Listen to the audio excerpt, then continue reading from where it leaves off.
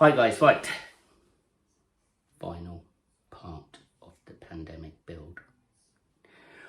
It's been a tough one, this one. Glad to see it all done and dusted. This is the final part, so we're just doing paint and fitting today. Big thank you to Richard Humble from Humble Rules and Exotics. He donated the tank. As I said in the previous video, this is being auctioned off for the NHS, so all proceeds will go to them. So that's really, cool. I've spent a lot of time on this. It's taken a little while to do, just purely because the way the tank is actually designed itself. It doesn't give you much room to work in it, so I've had to do it in 2 bits. But today we're covering all the fitting and everything. Today is Sunday, so the video will be posted today. The auction on Exotic Pets Enclosure design, I'll put it up there, and the highest bidder will win. And then we'll sort out whether it's going to be picked up or we're trying to arrange courier or whatever. But this will be only the UK. These Habispheres things, they're not light things, so I wouldn't really want to send it overseas at all.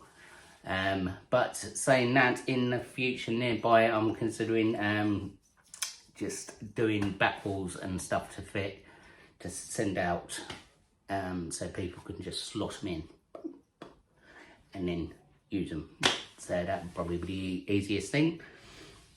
Thank you very much. I hope you like this video. As usual, like, comment down below, because I always like to see all your comments.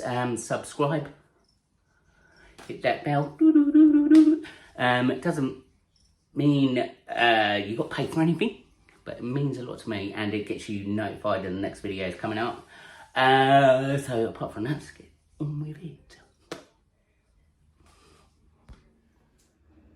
Right guys, obviously everything's all been base coated in black. Now, because I said before, this bit had to be made in 2 bits to actually fit into the enclosure itself. So what we're going to have to do is paint this bit, then we're going to seal the back and sides, and inside there, and inside the hide itself. Then we will put this bit in, join this bit up, and then fill the gaps, then re-grout, re-spray, spray, repaint, so it all blends into one. It's a bit of a arse way to do it, but yeah, I think the end effect will be worth it. It's just a bit of a pain. Plus, because you've only got, I don't know, that much gap at the top, the hide itself doesn't fit through in one piece with the background. So we're gonna actually work inside the enclosure for the next bit. But this bit here, we're gonna come to paint. Now I've got some grey paint now. This is just grey, white and black acrylic. What we're going to use now is sponge brush, and basically you want it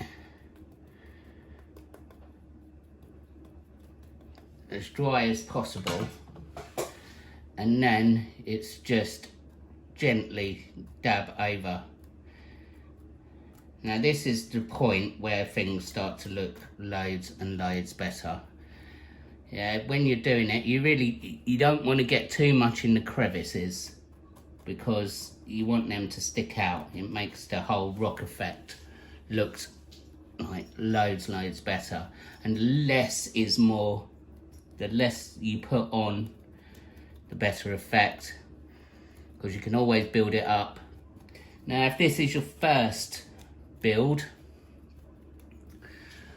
and it's the first time you're painting this and you think, well, I'm not actually getting the effect you want, the best way to do it is just re-base coat it and start again. I found it, like, if you put too much on or whatever, you can just re-base coat it and just start again. So don't get sort of disheartened that, oh no, it's knackered, because all you've got to do is just rebase coat it and then start again.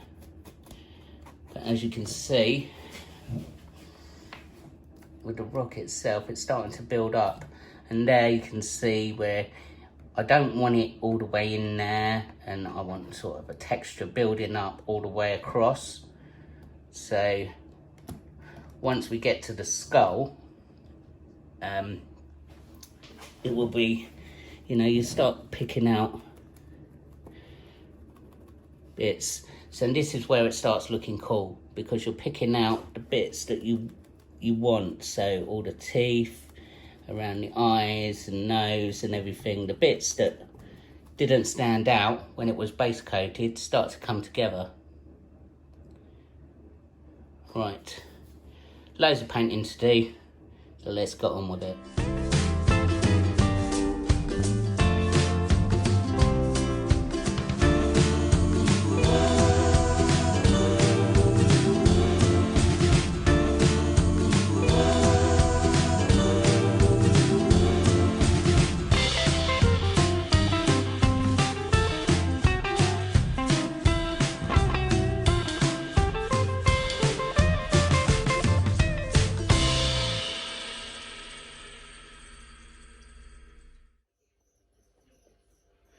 Right, now we're on to the final bit. So what we've got to do, because this bit was bigger, we had to make this bit separately. So now what we're going to do, stick that in place like that, and then we're going to add more polystyrene, more grout around, so it all blends in. So it will be actually one part, because you've only got a small amount of gap at the top.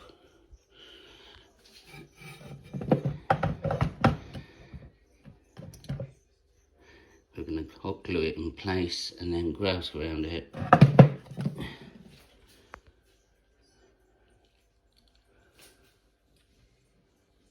And what you got to do, obviously when you're doing a built-in hide, you got to think about your substrate level. So that's why that is higher than the base. It's got plenty of room to add a good decent amount of substrate. If you put it down too low, then obviously your substrate level is limited. So you want a decent amount of substrate in there. So that's why it's raised higher. Then the spider can actually dig down into it through the hide.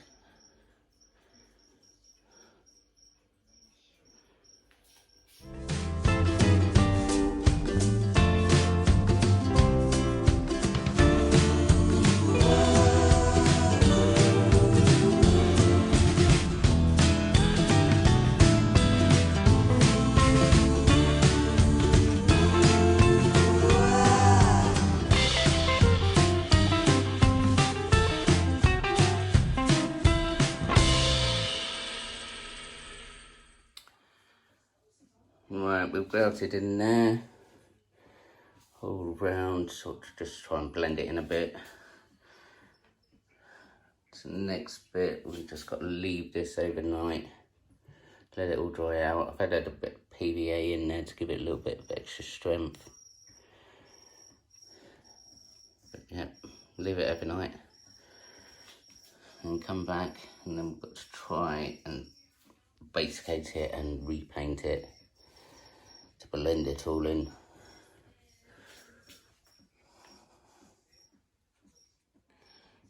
At the last minute, I've just decided to add a little bit extra detail, a couple of skulls embedded in the rock going up. So while the ground was still wet, I thought I'd bung them in, give it a little bit extra detail into the rock going up from the hand hide. Something else to look at. Alright guys, it's been left overnight, so it's all nice and dry. So what we're going to do, we're going to mask everything up and then spray the base coat and then paint it all, and then it'll be ready for sealing. But it's all, you got to check, it's all hard as anything.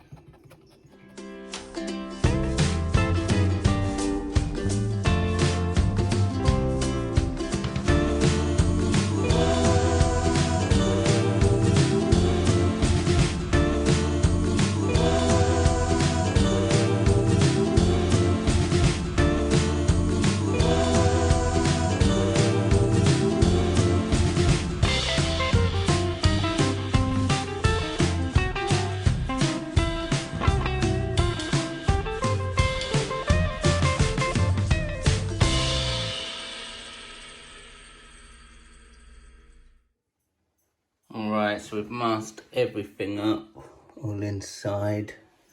Here's a pain, but you don't really want to get any paint on the glass and then have to clean it. So for the time you just take to mask it up.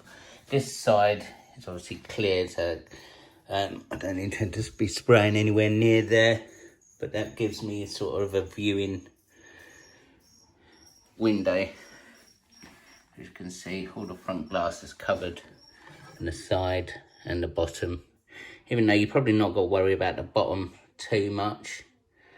But what I'm going to do now is, once I've painted this, the base coat, then we'll go over with the grey, blend it in, and then I'm probably going to keep the masking tape on until the sealant's all done, until we've pun sealant it all.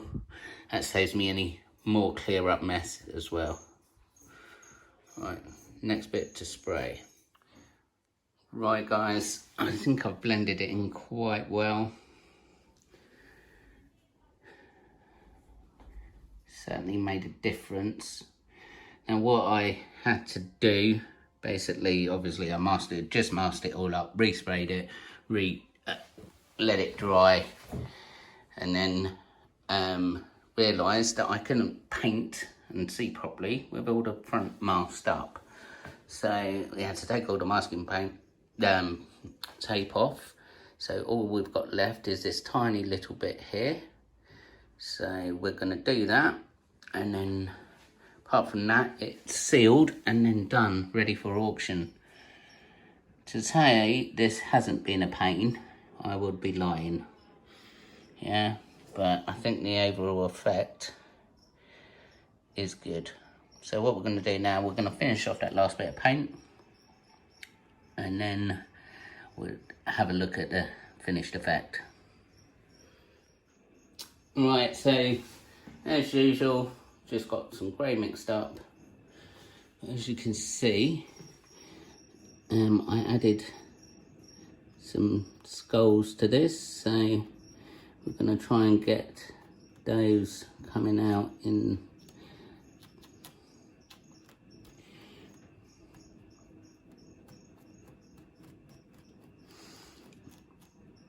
the background, so you'll be able to see them. As you can see, it's just real easy doing this. You're just sort of dabbing it, wiping it.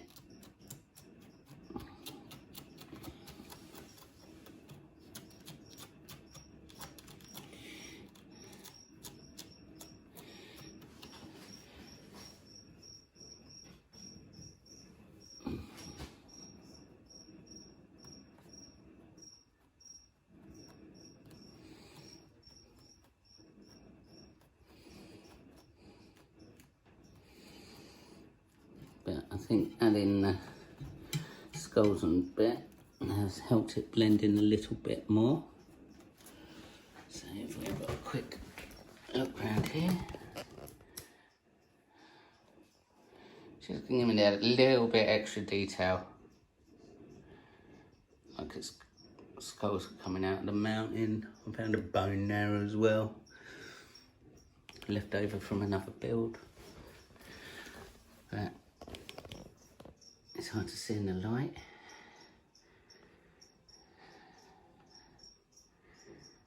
think we've got everywhere we need to go. And the thing with this is, well, if you go, say, a bit lighter grey as well, and you sort of highlight little bits, because if you have a look on, say, next time you're out, and you look at our old stone wall, yeah, the sun faded bits are always like at the top,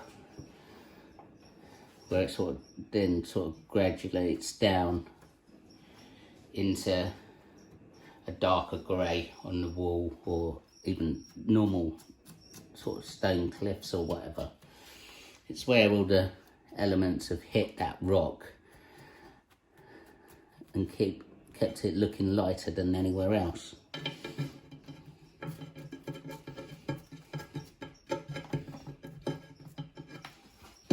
But yeah, because this is a bit of a pain, you see, I've got to sort of bend your arm round to try and get in it, but this is just Habersphere builds. I'm not surprised really that Exoterra discontinued them, because there's a lot of glass, so I would imagine these were quite expensive when they first came out, and I don't think anyone actually sells them anymore.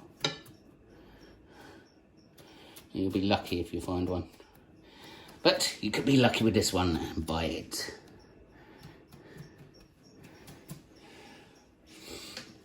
Right guys, we're gonna have a look at this. Yeah, you got added detail at the top. So apart from that, I think I've blended the rock cave in quite nice. And what you've got to remember is, once you add substrate in there, that's going to bring, see, you've got the gap there, so that'll bring the thing up. That's why when you build these, you want the height higher, yeah? So you think about your design, the same with the skull or whatever design. If you've got a feature on the back of your wall, yeah, you got to think, right, this substrate, where your substrate level is going to come. So you think sort of there-ish substrate level. So you don't want any design buried halfway down. So you've got to try and either reduce the size of the design or allow for your substrate level. But there we go, guys. What we're going to do now, we're going to plug the lights in and have a look and see what it looks like with all the lights on. Alright, yeah, that's obviously, if you've got a darker room, this room's quite light, but a darker room that at night is going to look absolutely awesome. So the lights are built in at the top. Just a one plug adapter, but yeah, I'm well pleased with that. Just wish the room was a bit darker.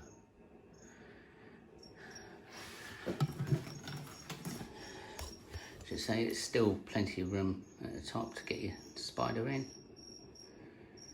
But apart from that, what I'm going to do now is I'm going to wait for the acrylic to dry and then seal it all, the front of it. Obviously I've already sealed the back, sides, inside the hide before I actually fitted it in. Best to do it that way, because now this is in, it's in. Yeah, the only way you're going to get it out is to smash the hide off. It's a proper fitted back wall, so we're going to clean it all out. Well, seal it first, then clean it, and then put it up the page for auction. Right guys, also just big thanks again to Richard Humble from Humble Royals and Exotics for donating the enclosure. He is the man for tarantulas and other stuff, so please check out his website. Awesome guy. 99% of my tarantulas come from him. never had any issues whatsoever, and they've been 120 million% quality. Apart from that, I'm sort of glad this one's done, because then we got the next one coming up, which is the It build, which I'm quite looking forward to. So I'm picking up the enclosure soon. Already ordered a couple of bits. I've got a design in my head, so that's sort of milling around at the minute, but that will be sort of following into the Halloween competition on Exotic Pets Enclosure Design. It's the big one. Last year was almost amazing, but details are coming soon, so can't wait for that one. Last year was awesome. As usual, like, comment down below, subscribe, ring the bell, and I'll see you